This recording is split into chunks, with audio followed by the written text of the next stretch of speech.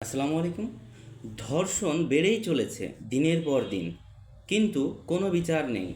আমরা এই বিচারহীন ব্যবস্থা চাই না। আমরা চাই ধর্ষকের সর্বোচ্চ শাস্তি, যে শাস্তি দেখে যেন আর কোনো পুরুষ ধর্ষণ করার কথা কল্পনাও না করতে পারে। ঠিক কী হওয়া উচিত ধর্ষণের শাস্তি?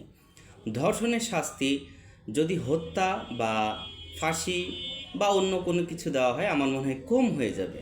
একজন ধর্ষককে প্রকাশ্যে জনসমক্ষে পাথর মেরে হত্যা করতে হবে এবং হত্যার পর তাকে ফাঁসি কাস্টে ঝোলানো হবে। ঝোলানোর পর তাকে নিয়ে আবার বের করা হবে।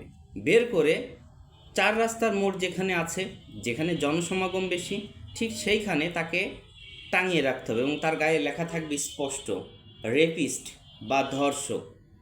এটাই ধর্ষকের উপযুক্ত শাস্তি। এটা করলেই আশা করা যায় ধর্ষণ কমে যাবে। যদি শাস্তি না নিশ্চিত করা যায়, ধর্ষকরা বারবার পার পেয়ে যায়, তাহলে কখনোই ধর্ষণ বন্ধ হবে না, বরং বেড়েই চলবে। তো প্রিয় ভিউয়ার্স, ধর্ষণের শাস্তি ঠিক কী হওয়া উচিত আপনি মনে করেন? কমেন্ট বক্সে প্লিজ একটু জানান। ধন্যবাদ। ভালো থাকুন, সুস্থ থাকুন। সঙ্গে আমি ছিলাম সাদিক, একজন সোশ্যাল অ্যাক্টিভিস্ট, প্রভাষক, সাংবাদিক ও লেখক।